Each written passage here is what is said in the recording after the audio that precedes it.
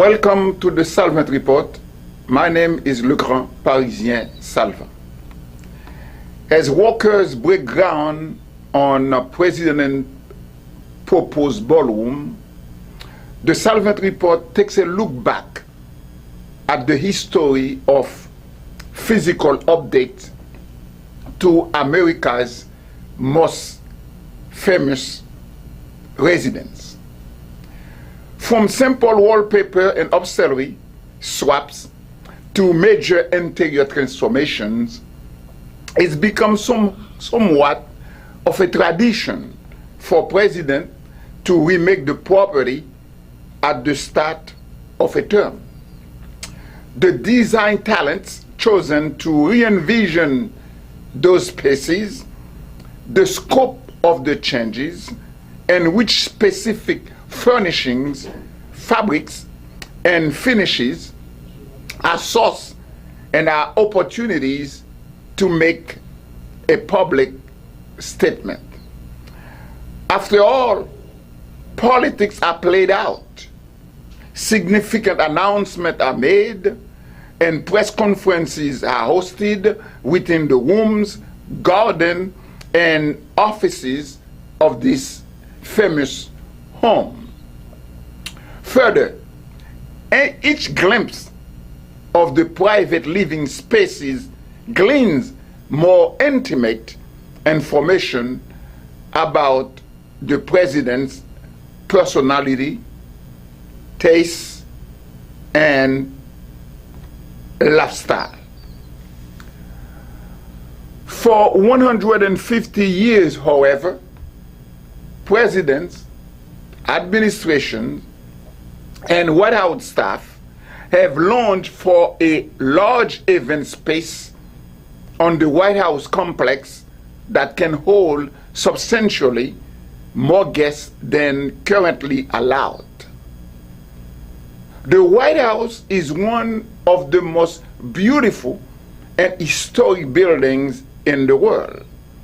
Yet, the White House is currently unable to host major functions honoring world leaders and other countries without having to install a large and unsightly tent approximately 100 yards away from the main building entrance, according to the White House staff. The American president has chosen McGreary Architects, lead architect, which is well known for their classical architectural design and based in our nation's capital. The construction team will be headed by Clark Construction, and the engineering team will be led by AECOM.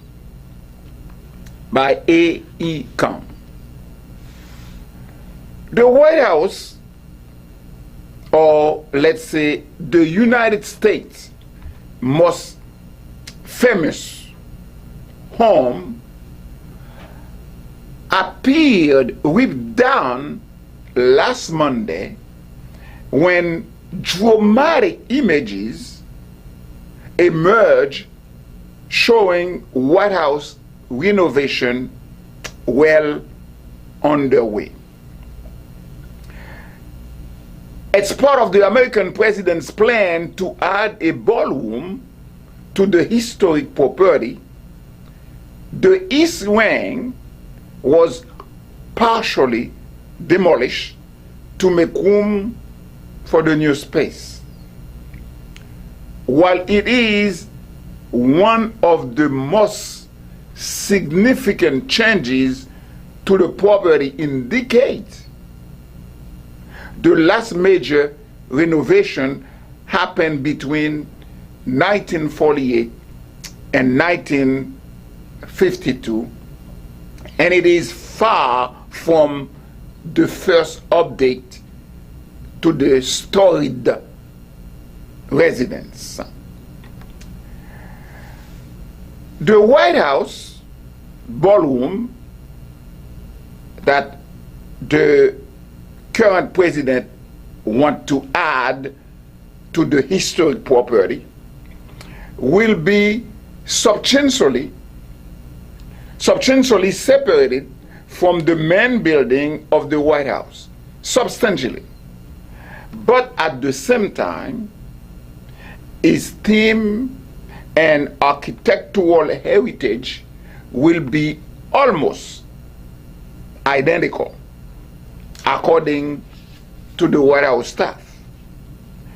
The site of the new ballroom will be where the small, heavily changed and restructured East Wing currently sits. The East Wing was constructed in 1902 and has been renovated and changed many times, with a second story added in 1942. Is the American president allowed to demolish part of the White House to build a ballroom?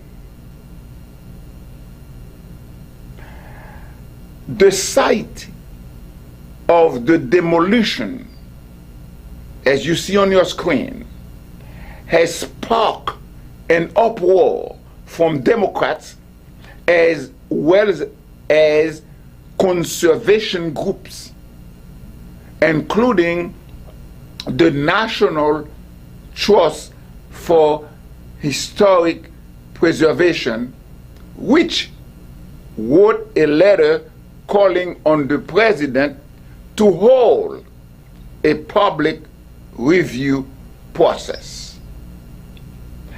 Is the American president allowed to demolish part of the White House to build a ballroom?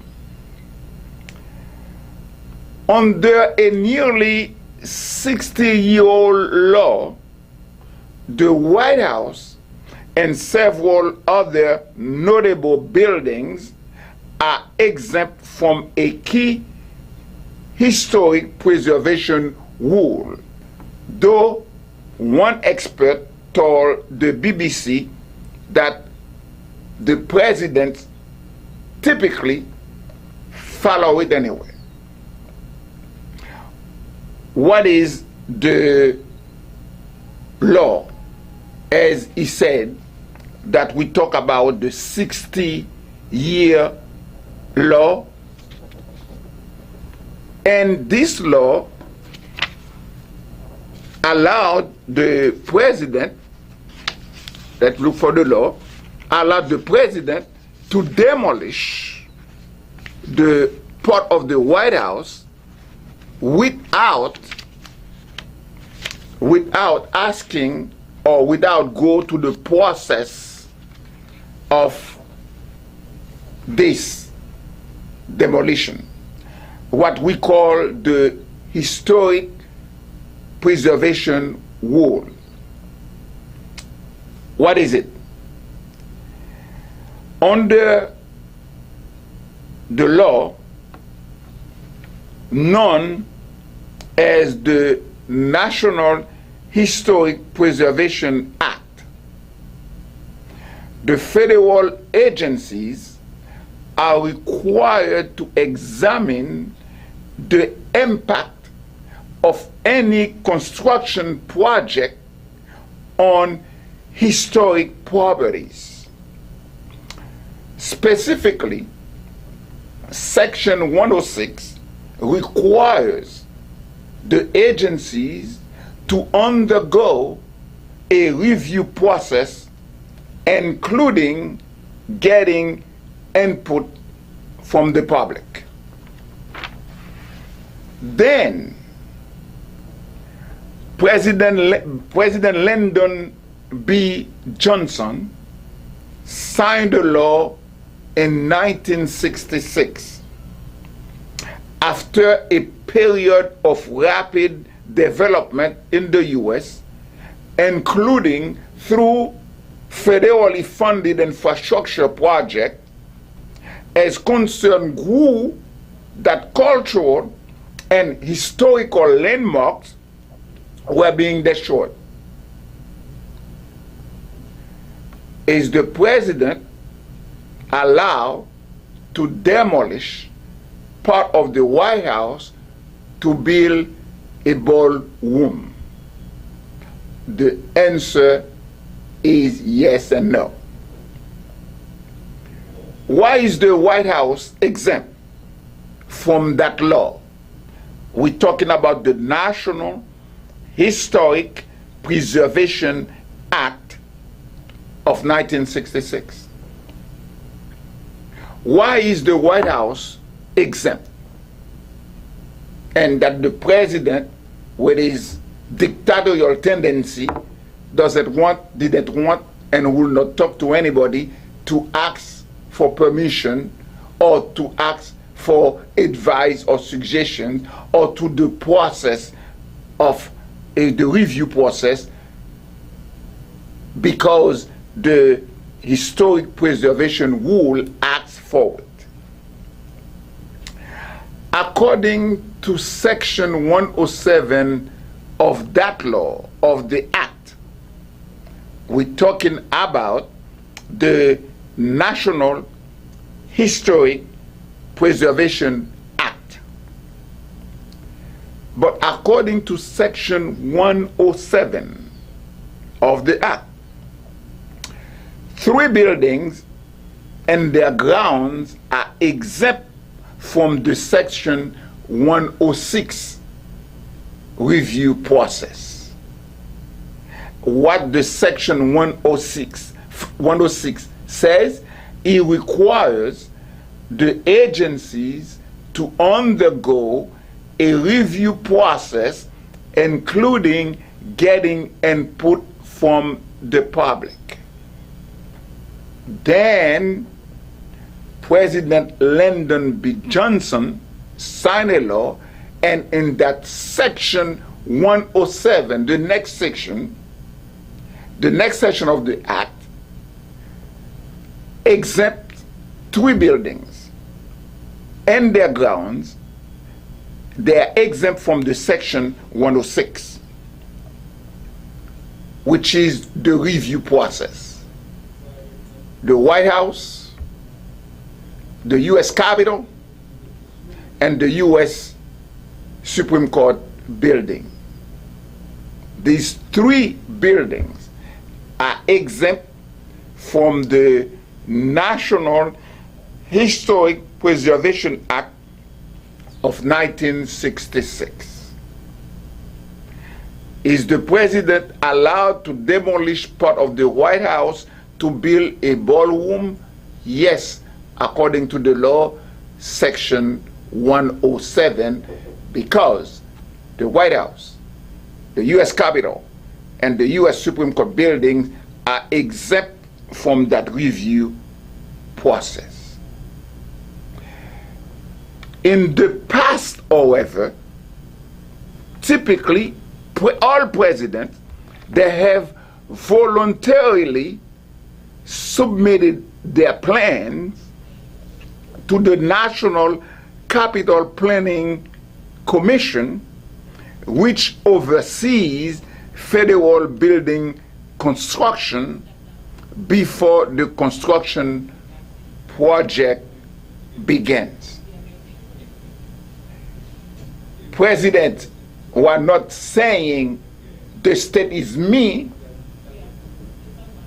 respecting the norms and the regulation and the principle behind everything else, would voluntarily submit their plans to the National Capital Planning Commission.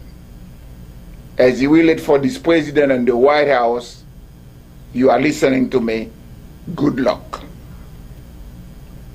When the East Wing is being demolished, a lot of people from the Heritage Preservation Committee at the Society of Architectural Historians that told the BBC that the process really laid out by the National Historic Preservation Act of 1966 was well established and would have been the best practice for the president East Wing renovation. If you are expecting for this president to submit the plan to the commission or the committee, good luck, because since last Monday we have seen that the famous home, the White House, appeared ripped away when these images appear everywhere on your TV screen. In this case, it would have been, according to the expert, to ask some of the question: do we need such a big ballroom? Because the ballroom we're talking about is a 90,000 total square feet of, that's what they said, of ornately designed and carefully crafted space. 90,000 square feet of ornately designed and carefully crafted space. When the White House itself, it's 55,000 square feet. And these guys are acting just like PARISIEN. She is the chair of a Heritage Preservation Committee at the Society of Architectural Historians. Do we need such a big ballroom, she asks? Should it be smaller? As a professor of architecture at Texas A&M University, and she asked, could it be an extension of the East Wing? Couldn't that be? Could it have been submerged in order to use kind of a bunker? Those questions would be asked if there were a submission. They have some ambiguity. Some loopholes. But in this one, President Lyndon B. Johnson in 1966 included in that law, while Section 106 requires the agency to undergo a review process, including getting input from the public. But Section 107, what does it do? It have three buildings: the White House, the U.S. Capitol, the Supreme Court building. They are exempt from that review process. And the chair continued, we're talking about Miss Jane, he said, at stake is the history that the building contains. All the addition to the White House over time have added to how the public understands the building and the country at that point in time. At that point in time.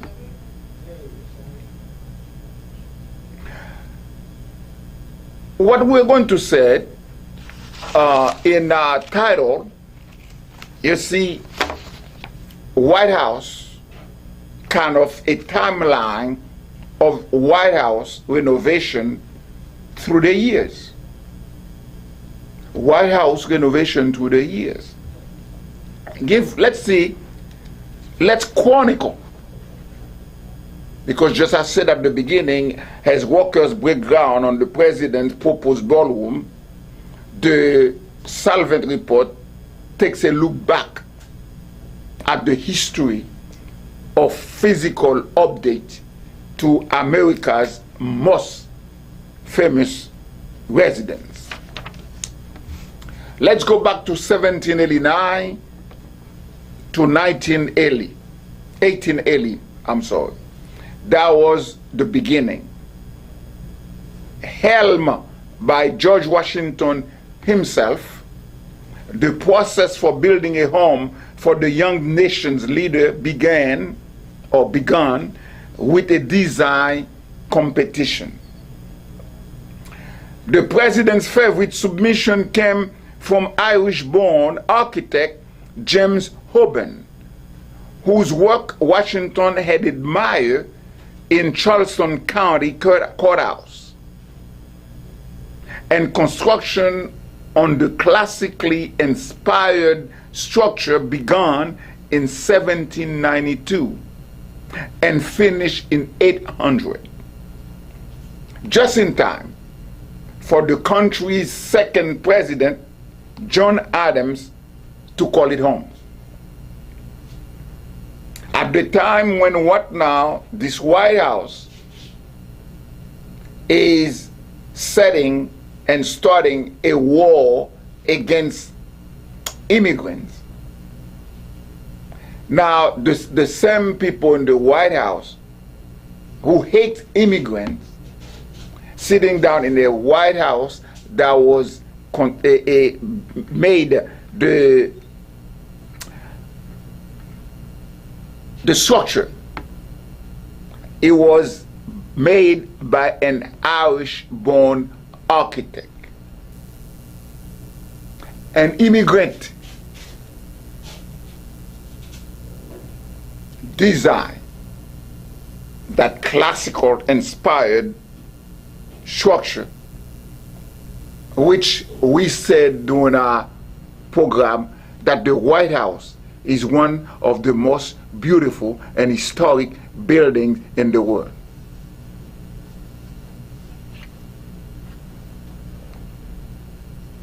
Structure inspired, put on paper by an Irish-born architect, an immigrant. Now, from 1979, when they started, the construction began in 1792 and finished 8 years later, and just in time for John Adams, the second president, to call it home. Now come 1812. The original White House had a short life, only 14 years. Why? Because during the War of 1812, British soldiers set fire to the house and a lot of number of government buildings in Washington. And this is at that time, they called that the burning of Washington. The British soldiers set fire on the White House and then a lot of other government buildings. At this time, the president then, President James Madison at that time, was forced into a temporary residence elsewhere in the city.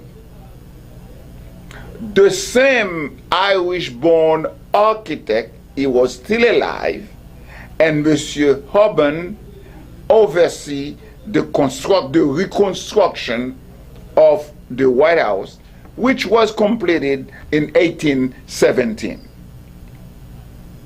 Monsieur Hobben, an Irish-born architect and immigrant, working with architect Benjamin Henry Latrobe, he will later add, these two guys will later add now the famous South and North porticos in 1824 and 1829 respectively. Now, as we're going through that timeline of White House renovation over there through the years, we would find ourselves in 1902. That's mean from the time that the construction of the new one in 1902, which is 2 decades later, Theodore Roosevelt enlisted the help of architectural firm McKim, Made and White, to oversee what they call a much needed expansion of the presidential home, which would include the addition of the West Wing. According to the White House Historical Association, Roosevelt remodeled crazy quilt of alteration over time into a cohesive statement of modern time. We're going to the timeline of White House renovation through the years for you not to think that is the first time a president is doing renovation to the people's house. Now, the only difference that we said in our document is just because doing all these, the president, the White House, voluntarily submitted to the commission their plan, their renovation plan. But from simple wallpaper to auxiliary swaps to major interior transformation, it has become somewhat of a tradition for presidents to remake the property at the start of a term.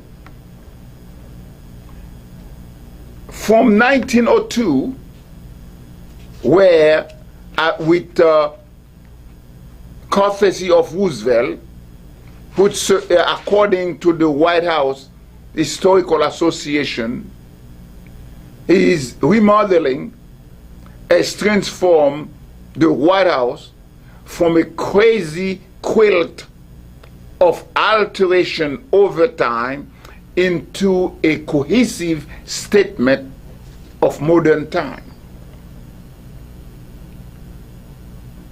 What happened in 1961?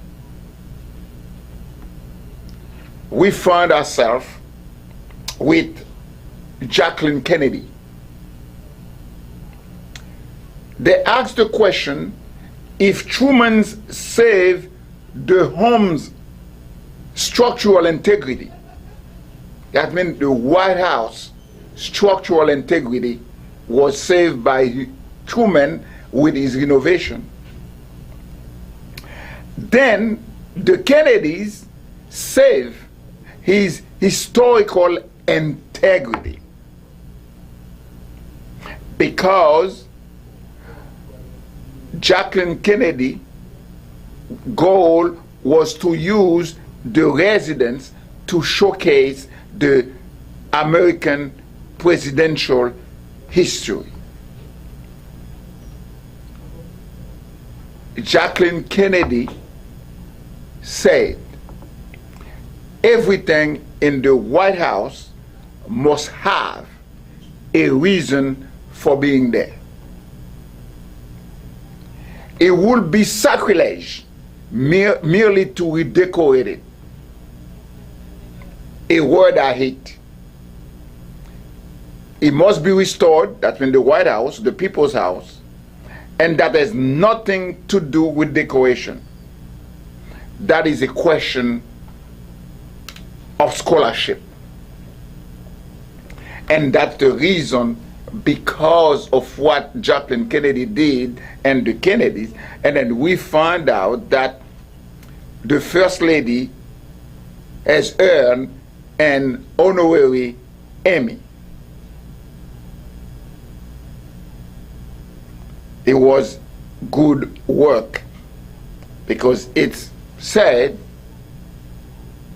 nothing and everything in the White House must have a reason for being there.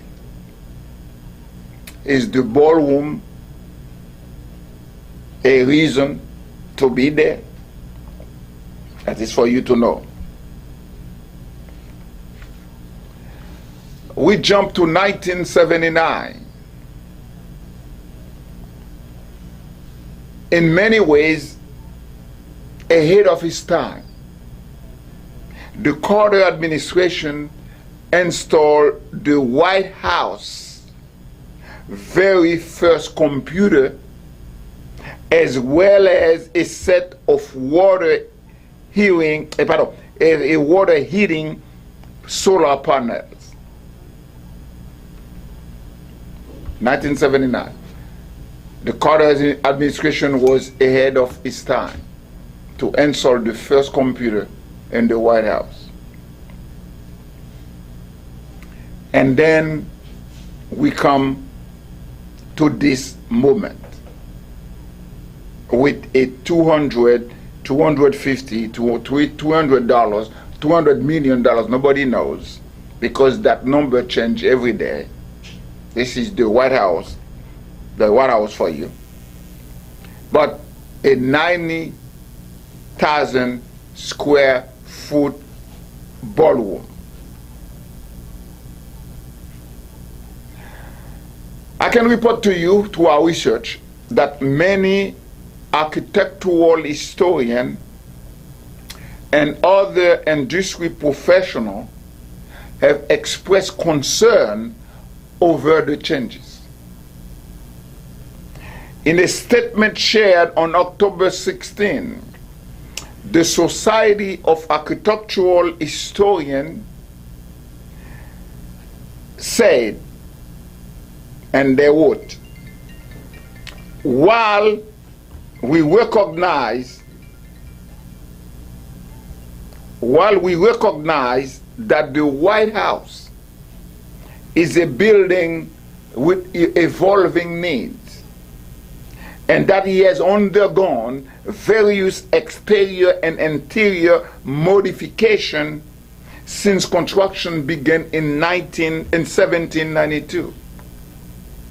The proposed ballroom will be the first major change to its exterior appearance,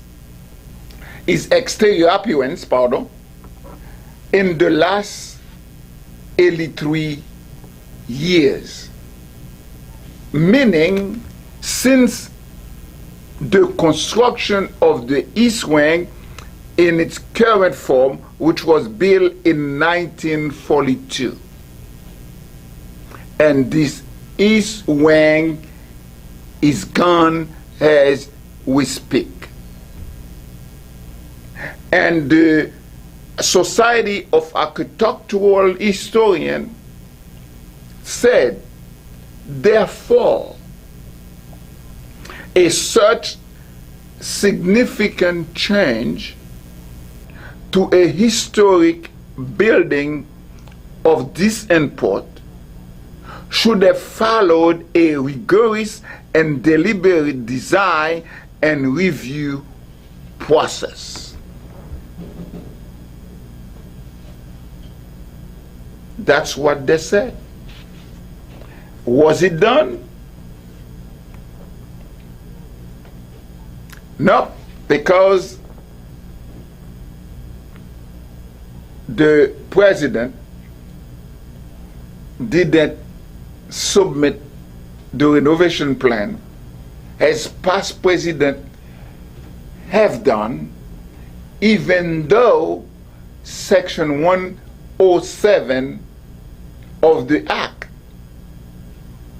have exempt the three buildings, the White House, the U.S. Capitol, and the U.S. Supreme Court building, but all the presidents in the past voluntarily, maybe because they didn't have a dictatorship tendency, they were not dictators, they wanted to respect the norm, the principles, and the regulation, and follow up and submit voluntarily their plan. What do you think, guys? You are the expert and I'm not. These are the changes we're going to make. These are renovation plans. Do we have to change anything? Is this in line with the preservation? Is it in line with the key historic preservation rule, even though we don't have to follow that? Anyway, the president's renovations appears to be the biggest in decades. But the president of the US, we said, and some people say, doesn't have the power to make those changes. No, he does. Because the building was exempt by President Lyndon B. Johnson. However, in some cases, traditions becomes kind of a law. But if you are not a destructor of tradition,